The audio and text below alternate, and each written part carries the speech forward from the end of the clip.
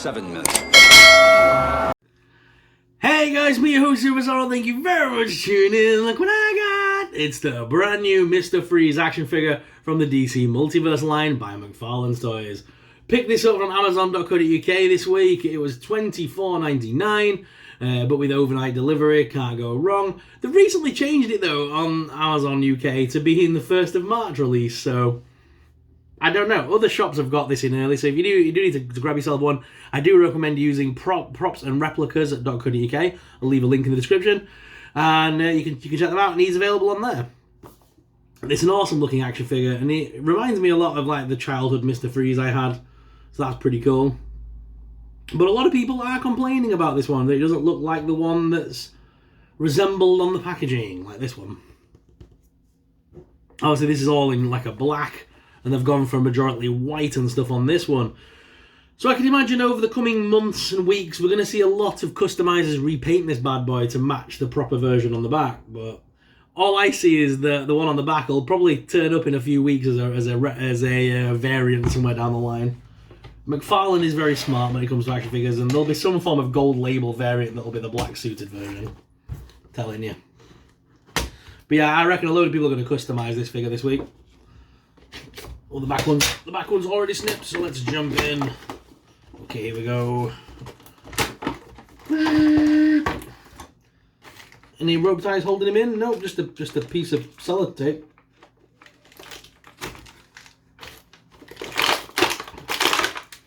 Nothing holding him in though, pretty nice. And he's got his cannon as well. Oh, that's held in by rope tie though. Boop. Snippity snip, snippity snip. And that's him out. And of course we've got the playing card and all that good stuff. And the display base. Which I'll show you guys on desk cam in just a moment.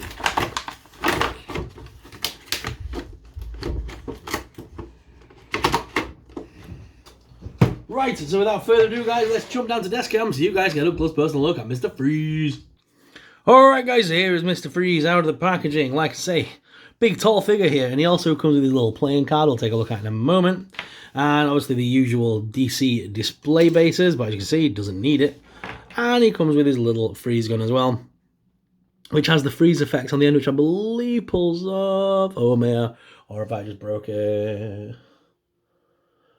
No, it doesn't pull off. Please don't do that, people. It does not pull off. I just broke mine. Because like, you wouldn't want that 24/7 firing the thing. I assumed that you pulled this and that pulled apart and Bob's your uncle, you had 2 pieces, but no, that is just sheared off completely. That'll need gluing back together. Sorrow.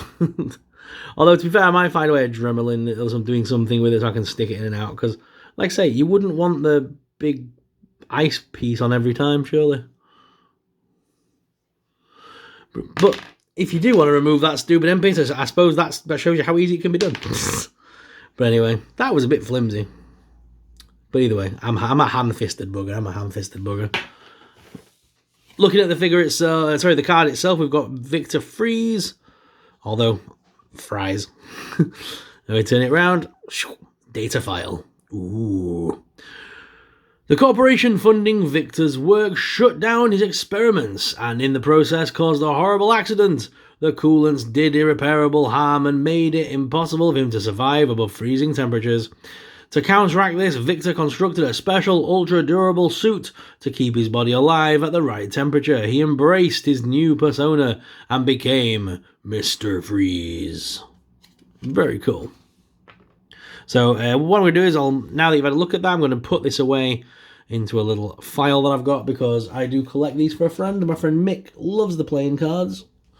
I'm not much of a playing card kind of guy, so he collects them. And we've got the DC base, usual embossed DC base. Not that we're going to need it. And one thing I did notice, the helmet does pull off. So you can take the helmet off and move the head into posing positions and things if you were doing something with him. So his head is not stuck in a static position, Because that was my one worry when I got it. I was wondering if they was going to make it so that you could actually move the head around. Articulation on this figure is quite varied. It's quite nice. There's quite a lot of movement here. So obviously the head moved, as I say. I can take the helmet piece off, and the head can look up, down, left, and right with pivot and all that good stuff. It's only on a ball joint like all the other figures, so you could pop the head off if you wanted to make a whole new body for him. So we have an abdomen crunch there. As you can see, quite loose on this particular figure. Although it does still crunch around, which is nice. And the abdomen underneath sort of moves as well with it. You can lift the arms to the side, and you don't have to worry about scuffage because this is a separate plastic piece, and it will lift up over the top of the armour, which is nice, and also rotates. Double hinged elbows that wrap all the way around, and hands are on ball joints. From there, we've got the legs that lift outwards. Basic McFarlane movement on there, with forwards and backwards. Double hinged knees, no top thigh cut on this one. No boot cut, but the feet are on rocker and pivot. Are they on pivot as well? Yeah. And we've got the little toe articulation, should you need it. Yeah, pretty decent looking figure. I do like this guy quite a lot. And even with that end bit taken off of the gun, I do prefer it, to be honest. Because I wouldn't want the ice piece on it 24/7 firing off of it. I just, Ow.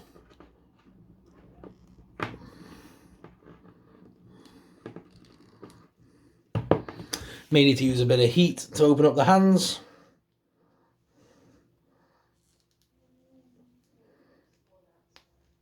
There we go, I've managed to do that off cam. There we go. Yeah, if your figure ever gets stiff like the hands and stuff, you use a little bit of heat. It'll allow you to make them a bit more pliable. But yeah, I'm not too mad at that, even with the piece missing at the end. I kind of like that. That's alright for me. Because I've got hundreds of effects pieces that I could use to stick on the end of there if I really wanted to. Or in fact, it would be very easy to take this piece off so that you had this piece and then just have that like a thing to stick on and off of the end. Very simples.